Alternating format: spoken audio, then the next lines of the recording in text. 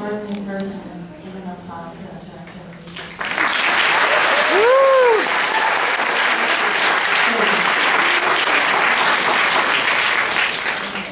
I have so many questions. I'm going to start with a few, and then I bet a lot of the audience has similar questions. So if you have any questions, think about it, and then we'll take questions in a little bit. So first of all, it wasn't until I saw your film that I even knew what a Mistress Dispeller was. So how did you find out? Yeah, so I had first made Stray, which took place in Turkey, and I knew I wanted to make my second film in mainland China. I grew up in Hong Kong. I wanted to use documentary filmmaking as a way to get to know a country that was both familiar in terms of like our cultural heritage, but completely unfamiliar to me as a modern landscape. And I had watched Zhang Yimou's Raise the Red Lantern, which is about 4 concubines living under a house battling for a husband's affections. And it was so compelling to me, I thought it would be really interesting to look at love and family through the journey of a mistress navigating society, in Chinese society, and what that would look like. And as I was doing research about mistresses in China, I came across the phenomenon of Mistress Dispeller, which only exists in China. It's an industry that's only cropped up in the last 10 years or so to sort of like combat the rising rates of infidelity since China has grown much richer in the last 40 years. And I worked with our China-based producer, Maggie Lee, to scour Chinese social media, and we met with dozens of real Mistress Dispellers operating in China, and Teacher Wang was the only one who, on day 1 of our scouting trip back in 2021, was able to convince all 3 parties of the same love triangle to be on camera with us. And that was the tail end of another case. And I remember in that particular case, the husband had come from a much poorer family than his wife, and he felt bullied by his wife because of his unequal socioeconomic background, and he felt much more kinship with the mistress, who had similarly come from a more impoverished background. And I remember he was crying in one of these consultations with Wang, and I remember my heart just leapt out to him in just one afternoon with them. And I felt if my empathy could stretch to places that I didn't expect it would go in one afternoon with Wang, I thought there was a film here, and it would be really meaningful for audiences to experience that same kind of feeling within 90 minutes, but that in itself is a meaningful exercise. So it sounds like you interviewed a lot of different couples, so how did you come across this trio? Yeah, so it took us 3 years from that 2021 point. I didn't realize it would take so long to finally land at this remarkable couple, Mr. and Mrs. Lee, and we filmed with 6 other couples of varying love triangles at different stages of the Mistress Dispelling process, all of them organic to Teacher Wang's sort of client base. But the reason why we were able to capture this from the beginning, from the outset through to the end, was because the little brother that you see in the film, who's sort of like helping his sister along, he actually was a male mistress that we had filmed with 2 years prior to the production. And Teacher Wang was dispelling him. And so 2 years later, when his older sister says, I have a problem in my own, like my husband's cheating on me, what do I do? He says, I have a perfect solution. In this film, it's a pleasant experience, and Teacher Wang is a magician, and she'll make your problem go away. So that's how we had this pre-existing trust developed with the wife before she ever met us and before she met Wang, vouching for us and for Wang's abilities. And then the husband and mistress, they couldn't know what the film was directly about at the beginning, and because we wanted to document this case authentically. So they were approached by Wang's business partner to participate in a film more broadly about modern love and dating in China, and that's what they agreed to. And so in order for us to stay ethical as producers, Emma Miller and I, we conceived that by the end of the process, obviously they would have to know, what role Teacher Wang played in their lives. They would have to review the film and be given the option to drop out if they wanted to. And other participants, some of them dropped out, and these 3 thankfully decided to stay. But if they had decided to drop out, we would have just pivoted our film and made like a survey of different love industries across China, which you see snippets of that. And we had filmed so much material, we had that as a backup plan, but thankfully, there's so much a testament to the character of these three characters, how unself-conscious they are, and how, like when they saw the film, when we returned to China to show them the film, they mostly were just commenting on like how good the editing in this is.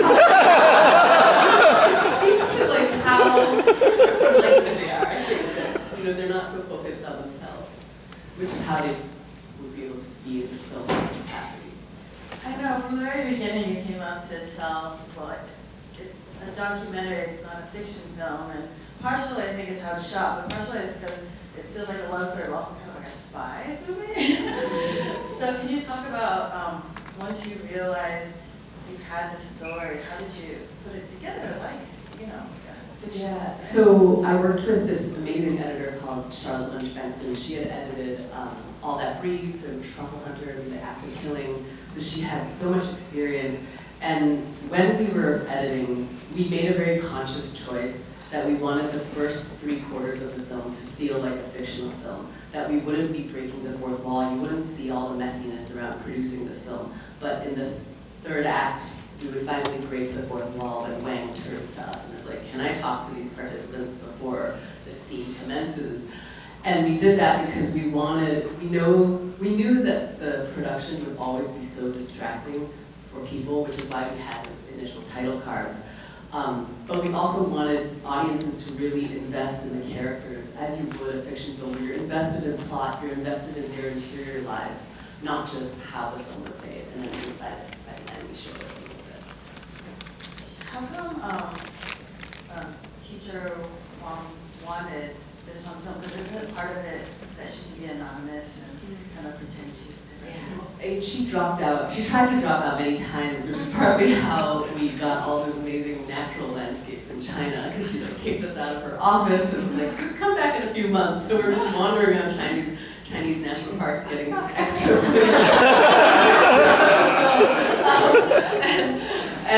but I think Maggie did a great job persuading her to stay in the film, and I think a deep part of her wanted to have a legacy behind of what the work that she does.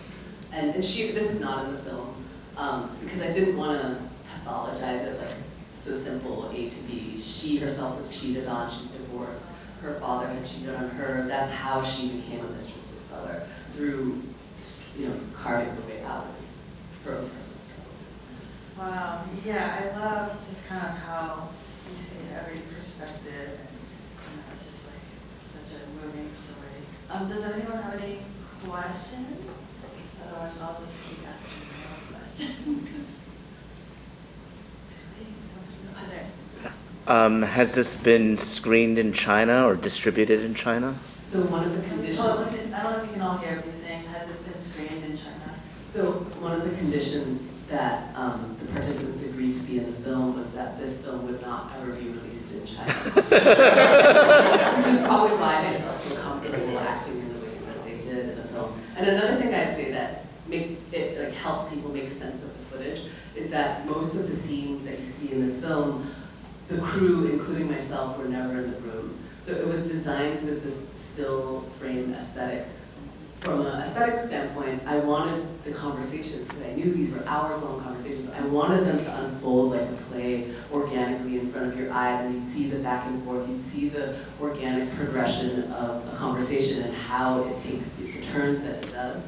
But on a practical level, it allowed us to leave the room. So that, because we're never able to predict how people would react in the scenes. Follow up with that, what are the distribution plans for this? What are the distribution plans for this? We feel very lucky that Oscilloscope, an independent theatrical distributor, is going to be putting it in theaters across 15 cities. So it'll be coming to San Francisco in October 2025. Please tell your friend if you enjoyed it.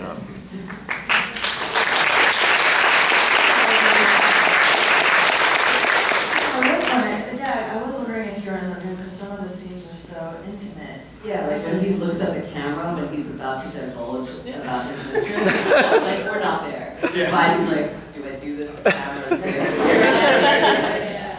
And then also some of like the great shots, you know, are on the bike. Yeah, well, yeah, we were following her. Yeah. But yeah, it's, In a car next to her. so when did this this story take place? Was it like? So it takes this whole case, each case typically takes around 2 to 3 months to solve. And so this was filmed over 4 months. And just so you guys know, her rates are, she basically charges like $100 an hour, but that includes her sleeping time and her travel time.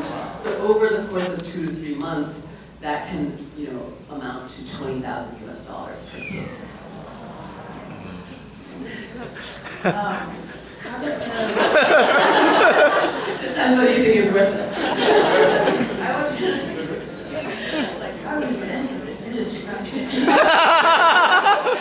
At one point, Maggie, our producer, I think the mistresses are trying to recruit Maggie, our producer, great at getting access and persuading people too.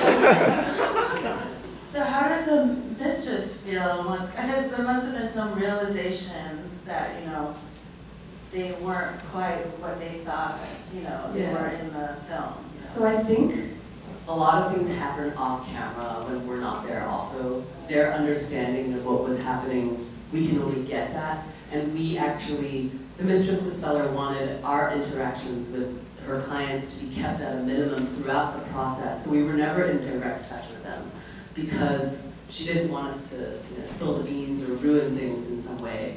So at the end, when we did our final interviews with them, it was our only chance to really have heart-to-heart with them. They told us, because I was like, why did you choose to stay in the film for so long, and even now? And she said she initially thought that the documentary would be a gift from the husband to her, a document of their love story in which she was the central character. And she kept staying in because she wanted to see how things would turn out. And so I think on some deep level, she really didn't think that she would lose to the 55-year-old wife. And we don't know what the husband was saying to her off camera. Yeah. But she was very gracious, and after seeing the film, she just wanted a copy of it. I know, it's just kind of, it just sort of shows life, right? Kind of what she says, it's sort of like, everything's really complicated. And we don't come away from the film like not cheering, we don't cheer, but she says, I can do martial arts. Yeah, the women of this film, I think, are such powerhouses. Some people have come up to me where the problem that they have with this case is that it seems like all the emotional labor is performed by the women to sustain the relationships, and that the man is barely held accountable. But I don't really have a response to that. That's just the reality that they live in, or that we live in, I think, around the world.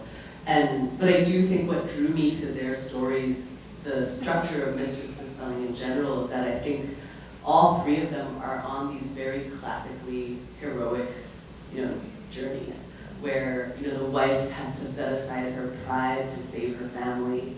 The husband is at this fork where he has to choose to recommit to his oath he made to his family versus pursuing his own desires and maybe this sense of happiness that he derives from something that's new, someone that's new.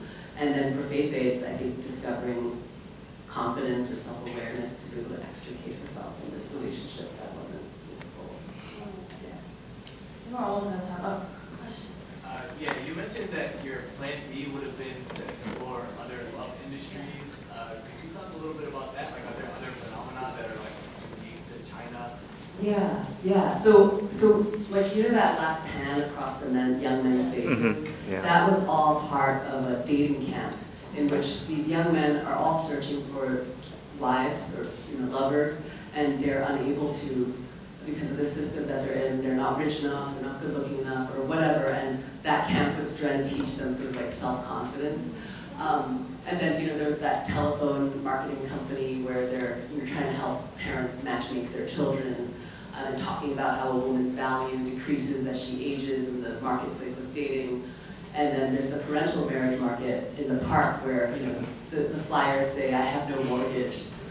Hopefully you'll like me, for better or for worse. So I had woven those vignettes in away from the core love story because I wanted to suggest that like all the decisions we make in our own private personal lives, they're shaped by the larger societal forces that are bearing down on us. And then I also wove in sort of the images of all these national parks in China to suggest that, you know, the stories that are, the love stories that are unfolding in the film that you see, they're all taking place in this landscape in which we actually are all just animals searching for love, searching for opportunities to procreate. And sometimes disconnection happens. And so that's why all of those were woven in. But in terms of like really uniquely Chinese love industries, I think Mistress Dispeller is the case. Just a reminder, cast your vote. But thank you so much for taking the time.